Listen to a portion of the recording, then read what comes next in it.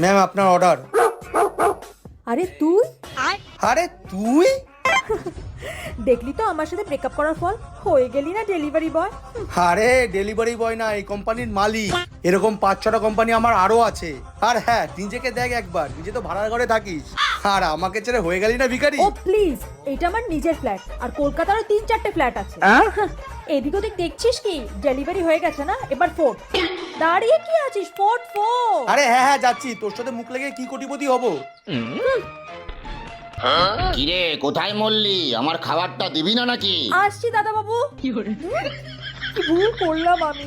এত বড় কোম্পানির একটা মালিক হয়ে গেল, আর আমি কাজেরছি।